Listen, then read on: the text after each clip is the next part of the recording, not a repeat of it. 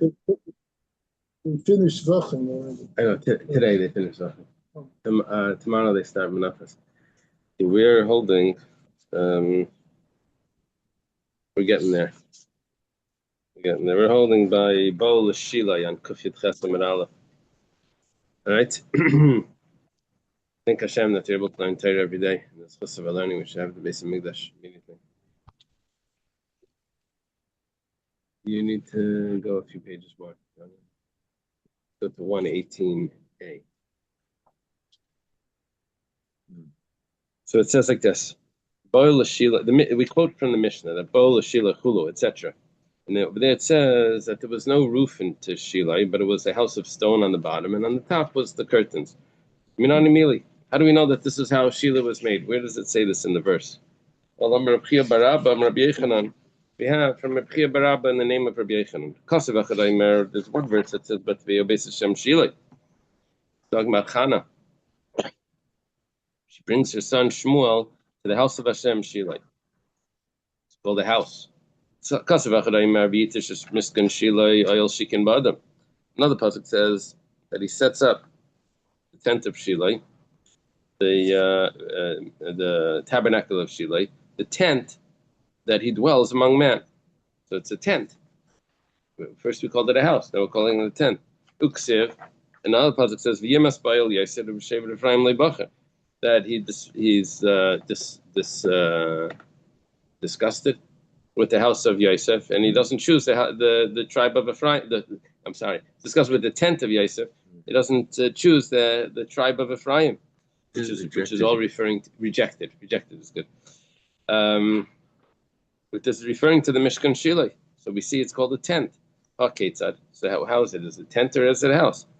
The Gemara answers that how does this work? It was like Hashem Tikra. Really, there was no roof.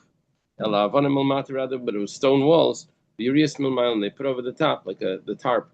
It wasn't a tarp. It was the curtains that covered it. Not the curtain. It was the skins that covered over the Mishkan. They had it over the Mishkan Shiloh as well. Like a chuppah, yeah. I understand, when it comes to sukkahs, we always refer to a tent, a sukkah, as a house temporarily during that time. So what's the big deal here? There was a house. It's the same story. It's a temporary roof. Right? Yeah, but we don't argue about it. No, there's no problem. We're saying that it has a temporary roof. So temporary roof is the menucha. Now the pasuk. This is a quote from the pasuk. The pasuk says, why you are not allowed to bring sacrifice outside the temple? Because you have not yet come to the rest and to the inheritance. So what is called the rest? The rest is called Shiloh. Is Shiloh. Shiloh would be the rest, and where would be the inheritance? That would be the Beis Hamikdash. So it says, Kachim, the holy sacrifices, they needed to be eaten within the curtain of the courtyard. And the Kachikalim, the lesser holy, they were allowed to be eaten anywhere around the area of Shiloh that was able to see Shiloh. So it's not Shiloh looking out, but it's outside looking in. That's any area around Shiloh that could see Shiloh from that site, that was an eligible area to eat the Kachikalim sacrifices, the sacrifice of lesser holiness. Sure. It reminds me of the he got to see all the way straight through right into the base of it. Am I sure? No. Okay. She would give us a description of where exactly it is. Minani Mili. Where do we know this? That everywhere around Shiloh is eligible to eat. Amar Abaishia, Amar Kra. But this is only during the time that Shiloh was around. Afterwards, it was only in the Beis Hamikdash and then in Yerushalayim. But when the temple of Shiloh was around, this was the law. This is a historical halachas. Amar Abaishia, Amar Kra. Abaishia says we have a pasuk. It says you should be careful, guard, lest you bring up a burnt offering in any place that you see. You're not allowed to offer a sacrifice anywhere where you see. But you are allowed to eat anywhere where you see, anywhere where it sees it, anywhere where you could see the Mishkan from its place.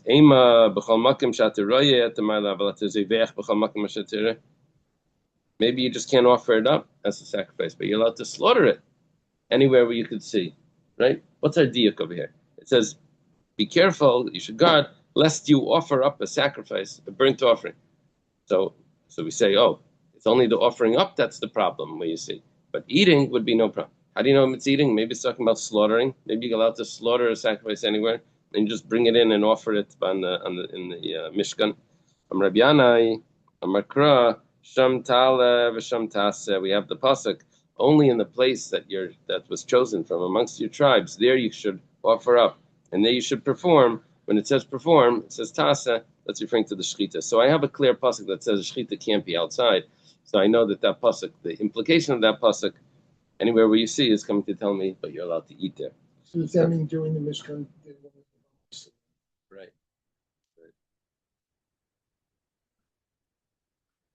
Rabbi Avdimi Bar Chasa says, Amar Kra, the pasuk says, V'loi Tanas Shilai. Pasuk says that there's a place on the eastern border. It's called Tana Shilai. Now, Tana could mean a moan or a groan, but that's the name of a place. Why does it have that name? So it's saying, what's the significance of that? It says Makim Shekol Arayos Misaneach Alav Alachilas Kachim Shlai.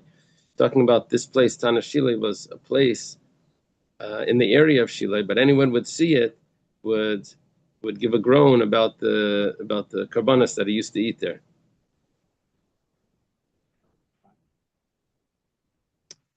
Was this in the tribe of Ephraim? Let me see. Tana Shilai. I don't have the pasuk here. Where's the pasuk? Do you know?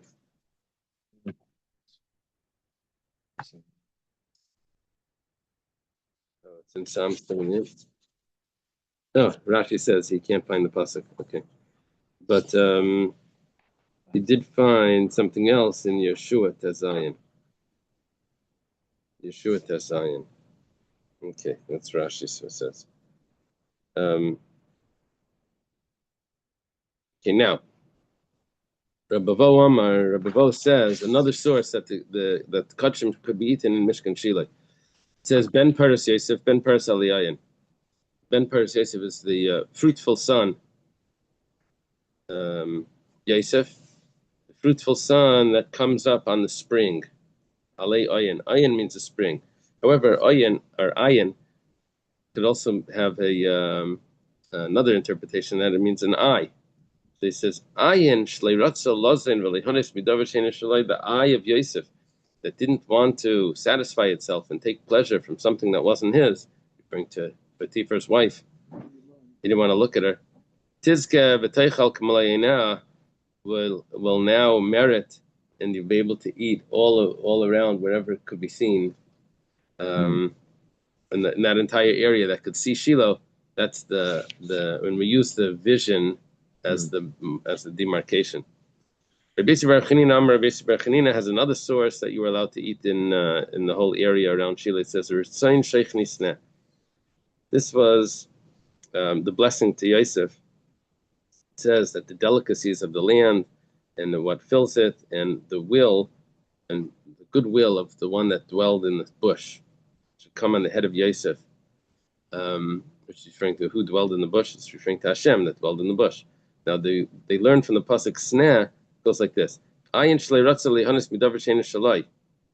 The eye, which is the beginning of the pasuk, that didn't want to. The eye, which is referring to, which was in the blessing of Yaakov. This is the Ritzain Sheikh Nisnez in the blessing of Moshe to Yosef. There's two blessings here. We're jumping back from Bereshis to from Vayechi to V'zayis Bracha. So Ritzain Sheikh Nisnez in V'zayis Bracha to the goodwill of the one that dwells in the bush. It says, "Ayin shalas lehanis midavar sheina shalai." The eye that didn't want to take pleasure from something that wasn't his, referring to Potiphar's wife, tizke v'teichel bein asnum, will merit to eat amongst those that hate him, which is referring to Yosef's brothers that hated him. In other words, you can even eat outside the area of Yosef, which was Shilai, and you can eat in the other areas. Yeah? Tana. That's one pshat. That's Rashi's pshat. Snuim is referring to the Shvatim that hated him. Okay.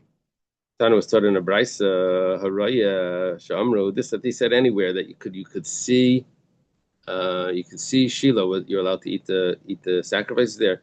Raya Kulai, referring to where you can see the entire Shiloh, the entire Mishkan. And not you can't have anything that's blocking. Over there you can eat the sacrifices. Amalei Reb Shimon ben Al Yaakov, Reb Elazar, Asberlach. I'll give you a description exactly. Going Beiknish to the mine. Apparently, there was a basic Knesset called Basic Knesset of Mine.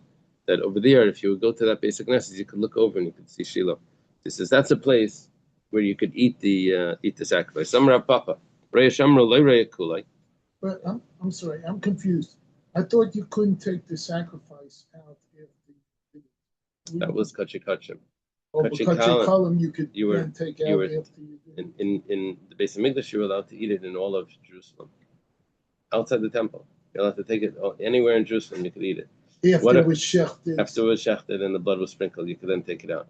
Where were you allowed to take it in Shiloh? Wow. It says there was no Jerusalem city, anywhere that could see Shiloh. Okay. But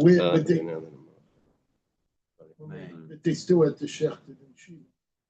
So they shechted it. They shechted inside, offered inside, but the meat that was eaten by the family and all of that. So these people they'd shecht it in Shiloh and they'd go 4 miles away as long as it was in sight to have the family party. Yeah. Papa, you didn't have to see the entire Mishkan. You could even if you see part of it, that was good enough. You can still eat. Papa, let's say when you stand you could see it, but if you sit you can't see it. What's going to be the din? Let's say you stand up on the edge of the riverbank, or but if you go sit down into the ravine, ravine, then you can't see it. What's going to be the din over there? Is that area acceptable to eat? Says Teiku. That leaves both those questions as unanswered. Who's going to eat meat? They're sitting in like the swimming pool when they're eating there. They're eating in the river. It just means the incline of the river. It doesn't have to mean that there's water. That they're in their bathing suits and That's it. Yes, Rav Dimi Amar Rebbe. Rav Dimi came. He said the name of Rebbe. How did Rav Dimi see Rebbe? The Shita Metzes takes out Rebbe. Yes, Rav Dimi Amar says B'shleishim Mekayim Meshar Shechina Al Yisrael. There's 3 places where the Shechina dwelled amongst the Jewish people. Shilei, Nai V'Given, Beis Elam. That sounds like 4. Remember this? There's 3 types of people: those that know how to count and those that don't. So we're going to have to say over here that Shiloh, Noiv and Given goes together, and then Beis Elam, right? That's how we'll do it. You can't put a comma between Noiv and Given. You have to do Shiloh comma, Noiv Given comma, and Beis Elam. In all of these 3 places, the Shechina was actually in this portion of Binyamin. Now this gets a little complicated because these areas weren't all in the portion of Binyamin. But the pasuk says that he hovers over him all day. Kol chafifas, anywhere where the Shechina is dwelling, which is called chafifa. So that's le'yola b'chalka shel Binyamin is only going to be in the portion of Binyamin. That was in Chayv Kolayim was the blessing of Moshe to Binyamin. When Abaya came, he said this drasha of Rav Dimi. Amida Rav Yosef, he said over to Rav Yosef, Amar Chadbra Havle Kailo. Such a shame. Abaya's father's name was Kailo. He says, your father, it's such a shame. He had one son, V'lei Mitkan, and he's not an appropriate It's not 100%. Why? Because he has a kash on him. Because he said the pshat that he has a kash on. Says Vaksiv, the pasuk says, "Vayitesh es mishkan shilai." He says he's established. Yitesh is established. Lo yitesh. They forsake. He forsook. He forsook. He forsook the if that's a word. Abandon. Yeah. Rejected is coming up. Not just to forsake. Forsook. Mishkan Shila. Uksiv, and another pasuk says, that he rejected the tent of Yosef, and he doesn't choose the tribe of Ephraim. Talking about Shilas. What are you telling me? It's Binyamin. That's Rabbi Yosef's kasha on Abaya. Because your poor father, he left,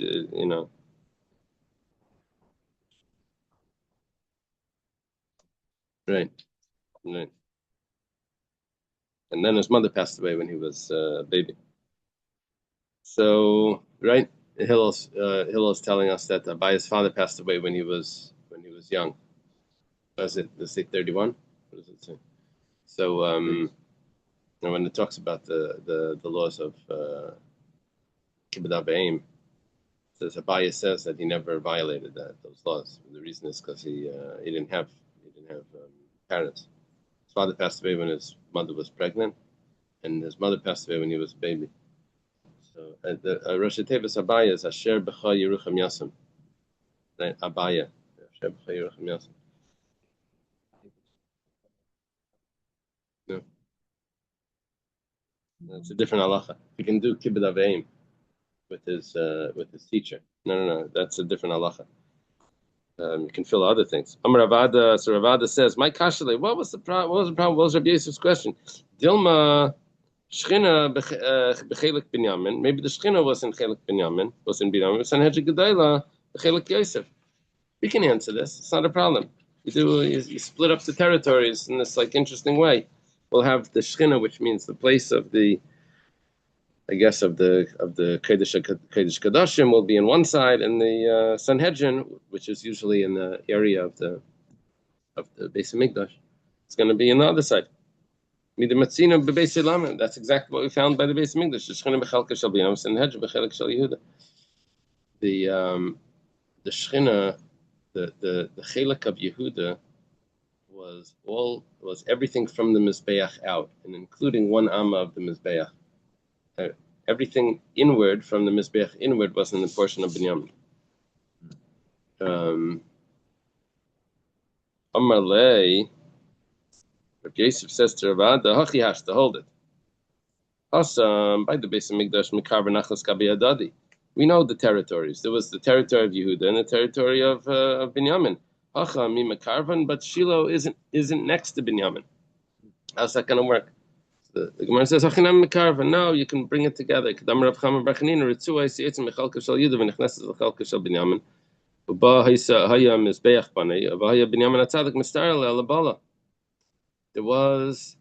Reb Chama Bar Chanina, Amayra in Eretz Yisrael. He says that there was a strip of land that went out from the portion of Yehuda, and it penetrated into the portion of Binyamin, and over there the Mizbeach was built.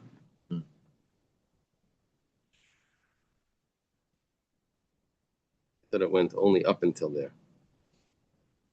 Let me just see 1 second.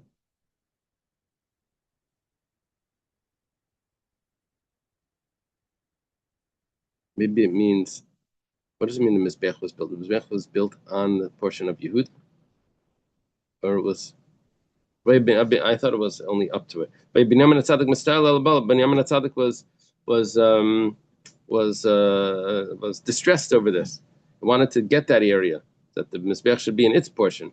So Achinami, we can say the same thing with Yosef and Binyamin, even though they're far away. But Ritzua Achas, Ritzua Hisi Mechalka Shel Yosef L'Chalka Shel Binyamin. B'Aina Diksiv Tana Shilei. That's what it means. Tana Shilei, the place that we mentioned before, was the complaint that Binyamin was complaining that there was a portion that was going into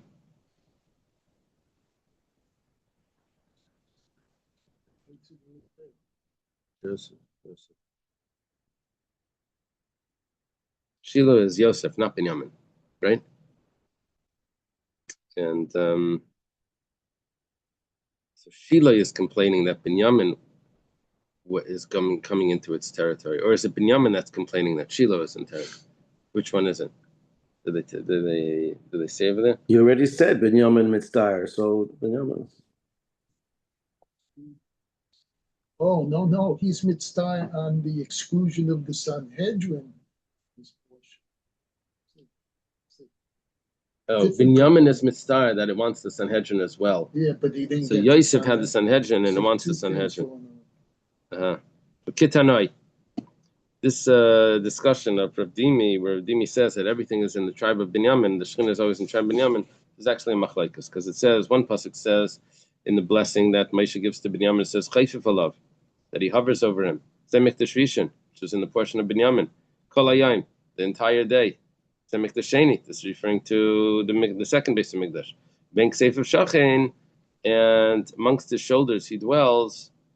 This is Elu Yemaisa Mashiach. This is talking about the days of Mashiach, that the base of Mikdash is going to be built in the portion of Binyamin. Rabbi Yomer Chayf Alav, that he hovers over him. Zaylam Azad, this is this world. Referring to Mishkan Shiloh, Novin Givon, Kol Hayayim is Yemaisa Mashiach. Ben Ksef Shachin is Zaylam Haba. Whatever the case is, according to Rabbi, we're including the Mishkan Shiloh into that the Shekhinah dwelled in the tribe of Binyamin, even in Mishkan Shiloh. Into the Tanakama, it was only the base of Mikdash. Tan Rabbanan, Tan and Rabbi Simei Yoel Me'ed Shebamidbar Ba'im Shana Chaser Achas. How long was the tabernacle in the desert? 40 years minus 1. How did we get that? Because they were told to after the golden calf, they were told to build the tabernacle.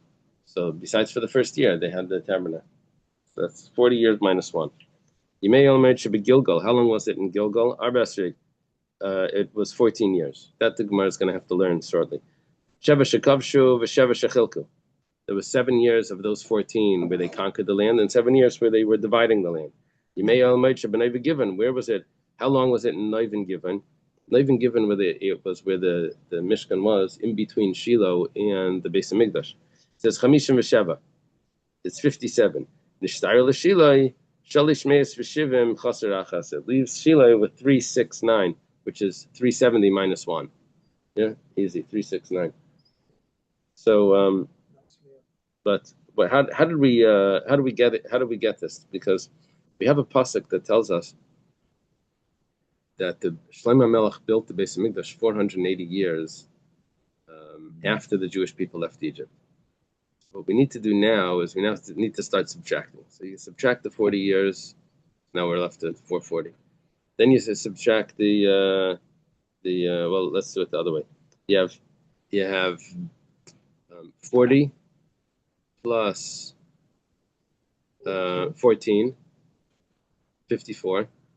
Plus 57 of Noivin Given.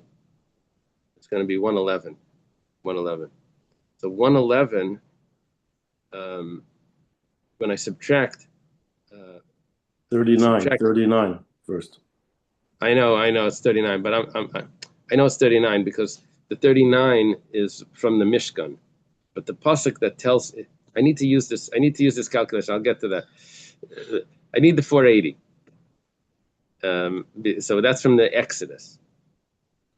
So that gives me these smaller numbers give me 111, right? The 40 plus the 57 plus the 14, that gives me 111. Then if I subtract 111 of 480, so I'm left with 369. So where was the Mishkan during that time? Where what was that? That was Shiloh. 369 was Shiloh. So now the Gemara says, but how long was the Mishkan? That was only 39 years. Okay, fine. How do we know that it was 39? On the first year, Moshe made the Mishkan. Shniya, Hukama Mishkan. Second year, he has set it up, right? Because it was set up on Rosh Chodesh Nisan, which is the second year. Shalach Moshe Meraglim, and that's when Moshe also sent Meraglim, the spies. They were sent early on. Gilgal Arba Shrei, where do we know that Gilgal had 14 years? Shevesh Shekav, Shevesh Chalkum Minal, and where do we know that from? Amar Kalev, okay, they have to get concentrated over here. Kalev said, when the land was, it was getting the land of Hebron, which was his inheritance. It says, Ben Arbaim Shana Anechi B'Shleich Moshe Eved Hashem, Oisi Mikadosh Barnei El Ragal Asaretz, Ve'ishav Ve'oshev Oisi Davar Kasher Im Levavi. He says, I was 40 years old when Moshe Rabbeinu sent me as a spy. Kalev was the spy for the tribe of Yehuda. He was one of the 12 spies. He was a good one. He was a keeper. And so he says, I was 40 years old. Okay. Now, after the pasuk says that I'm now 85. So Ki Avrili Yarden, when he passed over the Jordan, Bar Kama, how old was he? He says Bar Shivim V'Tamni. We'd have to subtract the 40 years from there, at least from the second year. So what are you subtracting? 39 years? If you subtract 39 from 85, what are you left with? 46.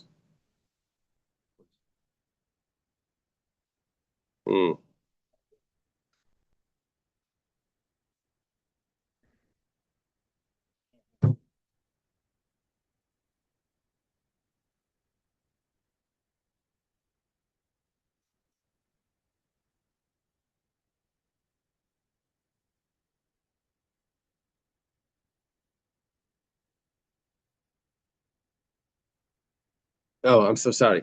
So sorry. We have to subtract 40 because he was 40 years old when he left. So start with that. Take off 40 from the 85. Okay, that was 45. It's 45. Now you have to subtract, is it 38 years? Now subtract 38 years from the 45. So 7 years. Okay. So we're saying, Ukamar ben Chamish Shmeinim Shana, Barshivim V'Tamne, which means that how old was he when he came into the land? When he came into the land, it would be 7 years less than 85, which would be 78. 78. B'kamar ben Chamish Shmeinim Shana, he says I'm 85, so Harei Sheva Shekavshu. That means that it took 7 years to conquer the land. That's when he's asking for his area, because it took 7 years to get that ready. So how do we know it took 7 years to divide it up? So 7 is a Jewish number. It's 7 years to conquer. It probably took 7 years to divide. Right? Remember that joke with the guy that won the lottery? He said it's a mixture of seichel and mazel. He said, which number did you pick? He says, I picked 48. So he said, why did you pick 48? He says, well, 7 is a Jewish number. So I figured 7 times 7 is... They said, yeah, but 7 times 7 is 49. They said, that's where the mazel comes in. All right. So, anyway, 7, it's 7 there, it's probably 7 here. Okay. Wait, don't we actually say that by Reuven and Shimon? You know, Reuven got Shimon. What wasn't No, we're learning it from this. Yeah, but don't we use it there also that they had to wait 14 years, yeah. Right, so... Yeah, but that we know. How do we know it's 14 years? That we know from here, from this calculation. Oh. From the fact that we don't find in Yecheskel when it explains, it says Ba'arba Asrei Shana Achar Asher Huksa He'ir. 14 years after Hashem smote the city, Hashem appears to him. This is 14 years after the Churban Abayis. It's a complicated calculation. It was Rosh Hashanah. That year it was a Yovel, so Rosh Hashanah, when it says Rosh Hashanah, it's referring to Yom Kippur. So the Churban Abayis was in the 36th year of a Yovel. The only way that this would make sense would be if the land was conquered. You start Yovel from the land was conquered 14 years earlier. So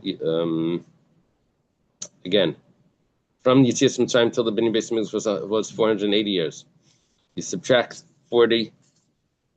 There was no yovel, and then you add the 410 years that the Beis Hamikdash was standing.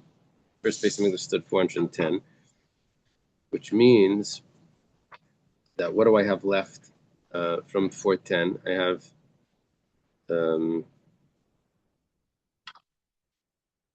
that's 450. In the 450, I have 70 yovelis. 450 is 70 times 50. Does that make sense? 7 times 50. Correct. Oh, 1 second.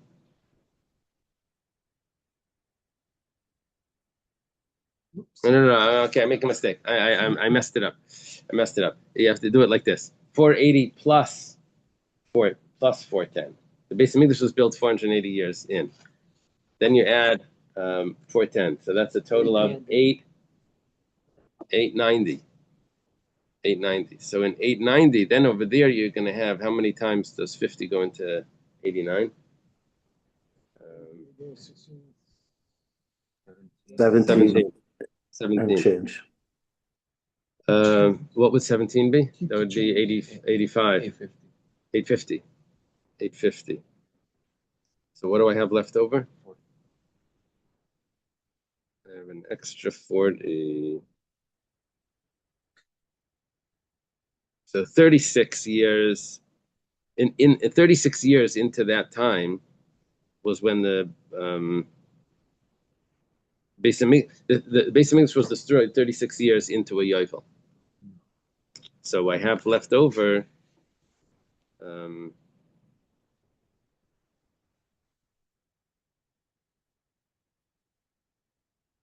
second. Oh no, it has to be like this. It has to be like this. I'm sorry. The yovel didn't start until not the yovelis didn't start from the conquering. Yovelis only started from the after it was divided. That means that the yovelis I have to subtract from the 890. I have to subtract 14 years, and if I do that, then I'll end up with 36 years into the yovel when the Beis Hamikdash was destroyed. Does that make sense? I subtract from the 8.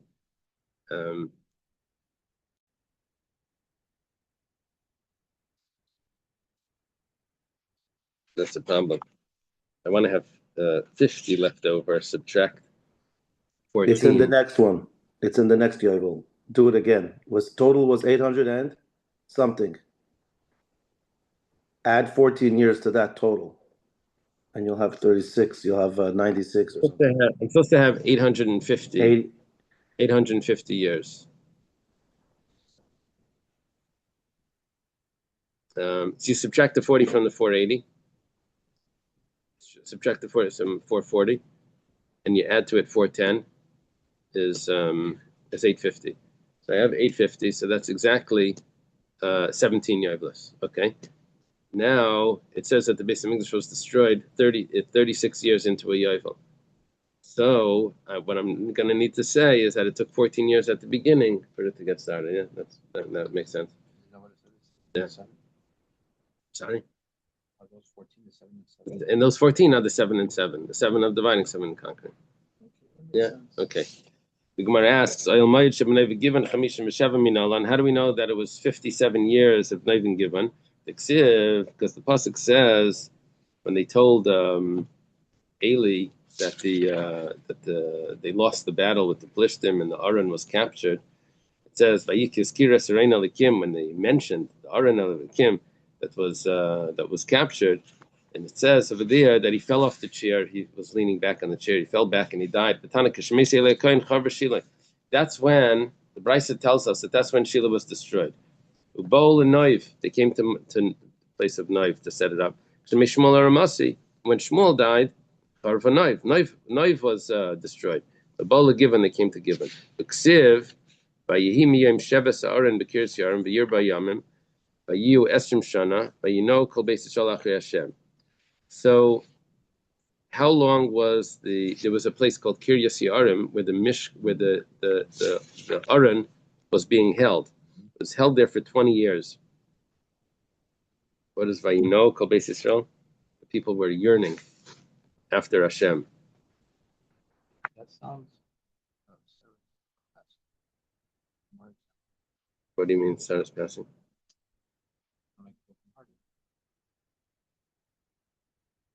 Oh, over here.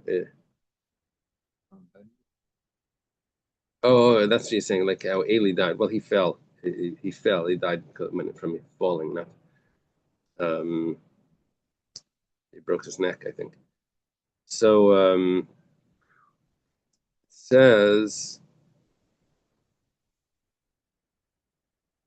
Hani Esrim Shana, these 20 years that the Mishkan was in Kiryas Yearim, but not the Mishkan, the Aron was in Kiryas Yearim. What happened was the Aron was captured when they took it out to battle, and I think it was there for 6 months. And then they sent it back because all types of, they were having terrible plagues. Remember those plagues? The hemorrhoids and things and mice. So they sent it back, and then they left it in Kiryas Yearim for 20 years. So from those 20 years, Eser Shana, 10 years between the from the time that it was captured. That was the time that was captured is the time that Eli dies. So from that time until till Shemalach Shmuel,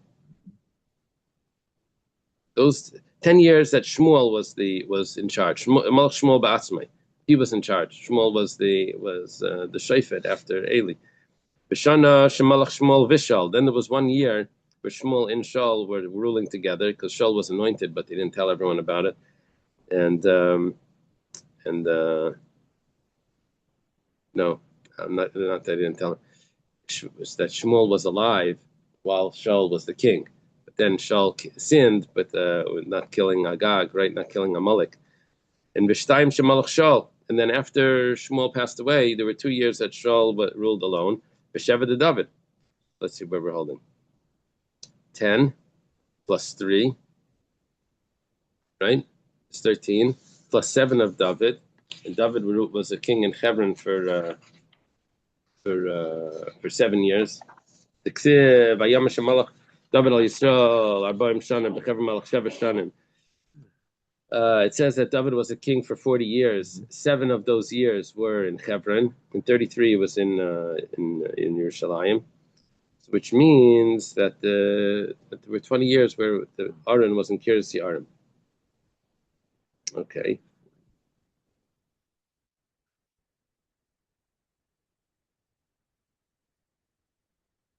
And I still didn't have the Beis Hamikdash. And how long did he rule? So David ruled for, so there were 13 before David, 13 plus 40, it would be 53. It says that Shlomo started to build the Beis Hamikdash in the 4th year of his kingdom. So, if you add that to the 53, we had 53 or 43? We had 53. 53, then we come out with 57 years. It means the Mishkan wasn't even given for 57 years. The Shtaira L'Shila, what comes out is when you add this up, that that Shila had the Mishkan for Shalosh Me'as V'Shim Chasarachas for 369, 370 minus 1. Bola Naiva Givon, yeah, that was the calculations. When it came to Naiv and Givon, so then it means after Shiloh was destroyed, then they were allowed to bring sacrifices outside the temple on Bamis, right? So it means Bamis were prohibited in the desert, permitted when they came into the land of Israel for 14 years, prohibited for 369 years, permitted for 57 years. How do we know that it became permissible after it was prohibited in Shiloh, the Tanur Rabbanan? Because the Brisa taught because you have not come yet to the resting place, to the inheritance. And the pasuk before that says that every man does whatever. Thank you. Every man does whatever he wants. What is that? Which meant that he was allowed to bring a sacrifice outside the temple. What was correct in his eyes.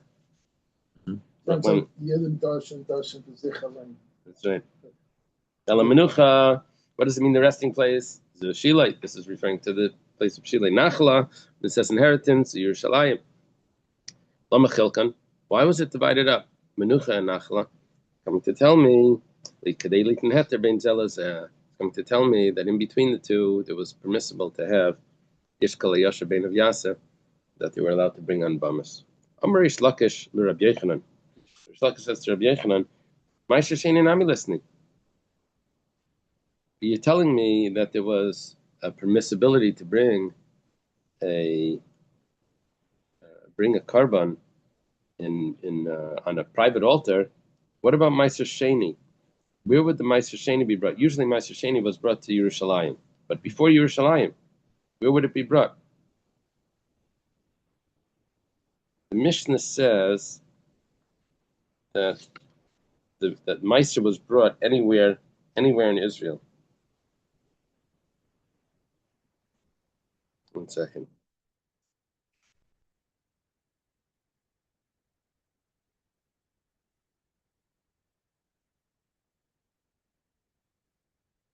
So there's a difference between Rashi and Tosfos here.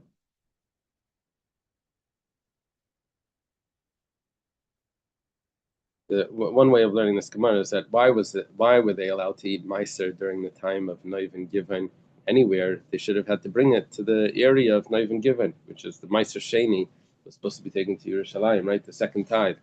So when the Mishkan was in Noiv and Givon, it should have gone to Noiv and Givon. So Amar Lei, Rabbi Yechon responded, Meiser Sham Miyarin Kayalfi. We have a Gzeir Shava. We learned from the Aron. It says the word Sham by the Aron. And it says Bachaltem Sham. It says you should eat the tithe over there. What's over there? That's referring to Yerushalayim. And by the Aron it says Besamtem Sham. You should put over there the ark. So we have Sham. Aron Leihavi. Since the Aron wasn't in Noiv and Givon, Ma'aser Nami Leihavi. So there's no restriction. There's no obligation to eat the Ma'aser specifically in Noiv and Givon. That's why they were allowed to eat it anywhere. Yachi. That's the case. Rish Lakish says back to Rabbi Yechanan, Pesach Kachim Nami. Why did we have to have the Pesach and Kachim in Noiv and Givon? Sham Yarni Alfi. Shouldn't we learn it? Gzeir Shava from Sham. What does it say? It says V'achalta Sham. You should eat it over there. And by the Aron it says Kivan the Aron Leihavi. Since the Aron wasn't there, Nami Leihavi. They shouldn't have to eat the sacrifices there. Amalei, Rabbi Yechon responds to this question. He says, we're not going to learn Gzeir Shava from Sham. Rather, the Amalach Ha'amani. Who was the author of the Mishnah that says that Ma'aser Sheni is allowed to be eaten anywhere? It's Reb Shimoni. The Amar, Reb Shimon said, Af Tzibur Lo Yakrivu. Even the congregation did not bring the sacrifices on the big altar. Ela Pesach v'Chovos HaKvolam Zman. Only the Karban Pesach and the special obligatory offerings that had a designated time. Abel Chovos Shein Kvolam Zman, but obligatory offerings that did not have a designated time, Hacha v'Hacha, whether it could be brought on a Hacha v'Hacha Leikarav. It was not allowed to be brought on the small altar or on the large altar. Now the Gemara concludes, Ma'aser Behema Chovos Shein Kvolam Zmanu. When it comes to Ma'aser Behema, the tithe, or the animal tithe, that was an obligatory offering, but it did not have a designated time when to bring it. It wasn't like the 14th of Nisan or something. So therefore, it wasn't brought on any of the Bamas. Biskish Ma'aser Dagan la Ma'aser Behema. And then we're going to do a comparison between Ma'aser Dagan, which is the grain tithe, to the animal tithe. And just like there was no animal tithe during those the Noiv and Givon, which is those 57 years. There was also no Ma'aser during that time. And no Ma'aser means that there was no obligation to bring it to Yerushalayim. They could eat it anywhere. So the Mechlal, but this would imply, if that's the opinion of Reb Shimon, then Rabbi Yehuda, that he holds that there were private offerings. On the Bama Gedola, the Rabbi Yehuda Karav, that it was brought. So then where was the Meiser Sheni? But probably had to, if the Meiser Behema was brought to the Bama, then probably the Meiser Dagan was also brought there. That's it. You're right. We actually have a statement that says exactly that. According to Rabbi Yehuda, the Meiser Sheni was brought to Neiven Given. What about the base of Mikdash? How could he eat the Meiser without the Mikdash? It says, V'lav Tani Rabbi Yosef, the Gemara answers, did not Rabbi Yosef teach? Shalish Biris Hain. There's actually 3 base of Mikdash. Shilai, Neiven Given, or Beis Elamim. So Neiven Given was also considered a bira, which means a palace. Hu Tani La, V'hu Aimela. The Gemara says that Rabbi Yosef, who taught this, he also explains La Achilas Meiser Sheni, Ba'alibad Rabbi Yehuda. What do we mean that it's considered a palace? We consider it a palace regarding Meiser Sheni, according to the opinion of Rabbi Yehuda, who said that Meiser Sheni was eaten there. Okay, so we're holding by Bol Yerushalayim and Kufyat Test. Let's just make a quick calculation here. If tomorrow we have Kufyat Test on the days and Kufah. Let's try to finish the Masechta tomorrow. And start. Tomorrow's Tuesday, right? Well, let's put it like this. Wednesday, we should start Menachas.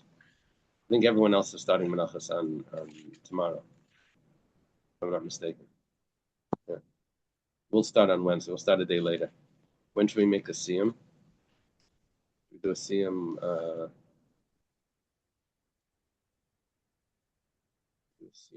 Tomorrow. We do a Siyum in the morning or at night? What's better?